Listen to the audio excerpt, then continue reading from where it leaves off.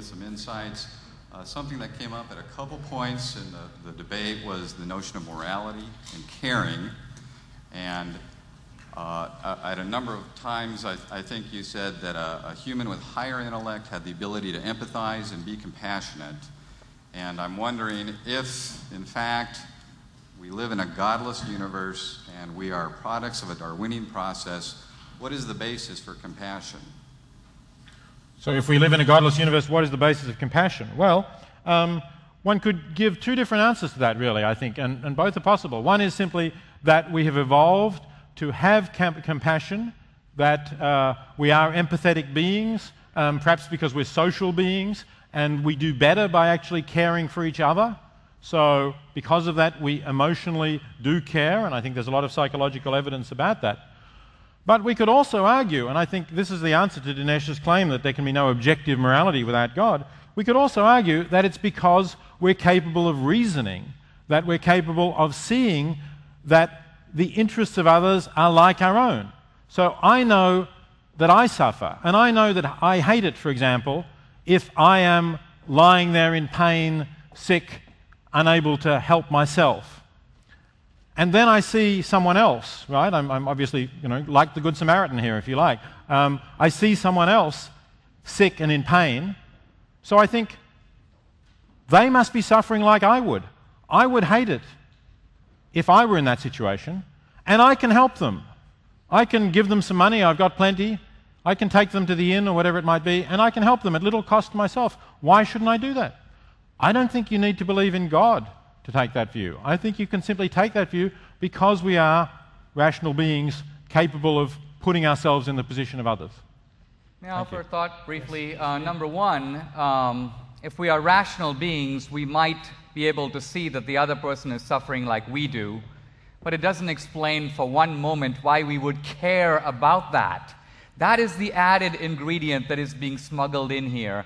Second point is there's a huge Darwinian scholarship on morality, and much of it basically says that morality is a form of disguised selfishness. So a mother who jumps into a burning car, for example, to save her 2 children, she might seem to be noble, but she's really doing it because those children share her genes. So the compassion, the fellow feeling, has a hidden genetic agenda. By saving the children, the genes make their way into the next generation. But this does not explain the main thrust of what Peter Singer has been saying, which is compassion for strangers. If I get up to give my seat in a bus to a woman who's 85 years old, it's not because I'm cunningly calculating that the next week I want her seat.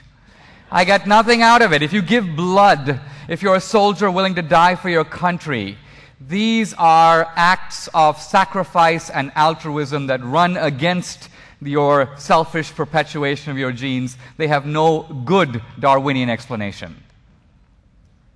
Thank you very much. A question for Dinesh D'Souza. This might actually be a question for both of you. You both seem to use evidence to argue for your respective contrary views.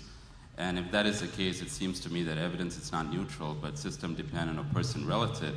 And if that is the case, then evidence gains its meaning and intensity within a particular conceptual scheme. And if that is true, is in one position just as good as the other? Dinesh, you could start.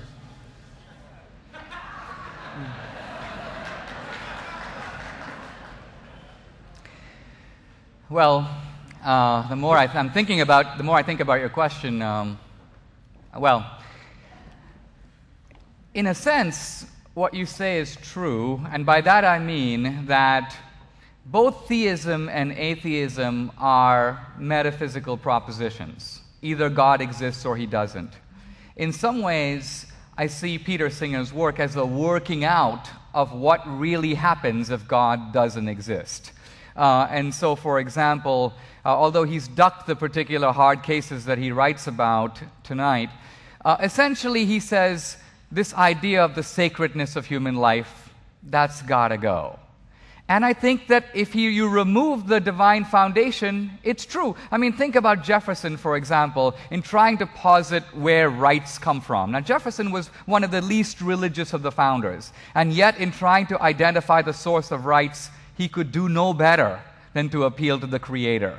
In a sense, what he's saying is that many of the rights that we value in Western civilization come from God. No God, no rights.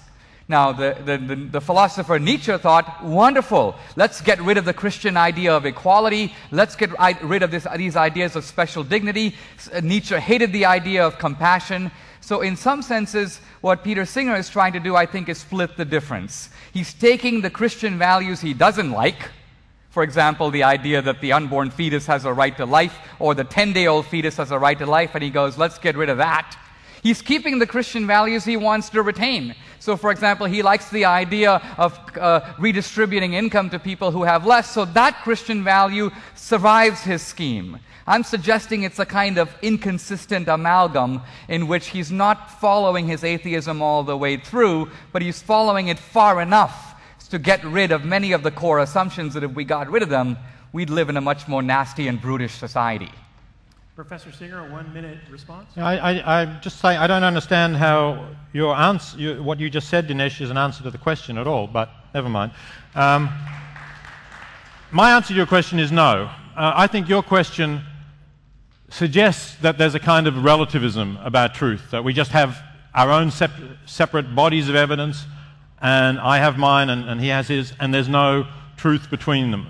Well, I think that's wrong. I think, let me say, one of the things, I've criticized many things that Dinesh has said, one of the things I admire about him is that he does argue.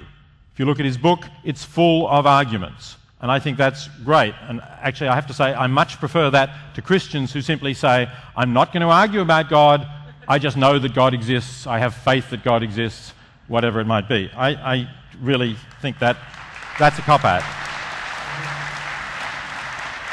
So I think what we have to do, and we've tried to do it now, but we of course could do it at much greater length and more fully, is sit down and look at these arguments, look at all of this evidence, and sort it through. And I believe that because, as I've been saying, we're rational beings, we could then get somewhere. Thank you. Very good. Before you ask your question, I'm going to give away 3 prizes, 2 books by Singer and 1 by D'Souza. No, really, you were winners here. Leah Robertson of Compton book. You can pick these up in the back when you're done. Leah Robertson of Compton. It's okay, you can whoop if you win one. Carl Steeves of Campbell. Carl Steeves of Campbell book, Writings on an Ethical Life by Peter Singer. And Aaron Brubaker of San Diego, Animal Liberation is Yours. Those 3 will be waiting in the back, and I'll give away some more before our next question. Sir, your question for Peter Singer.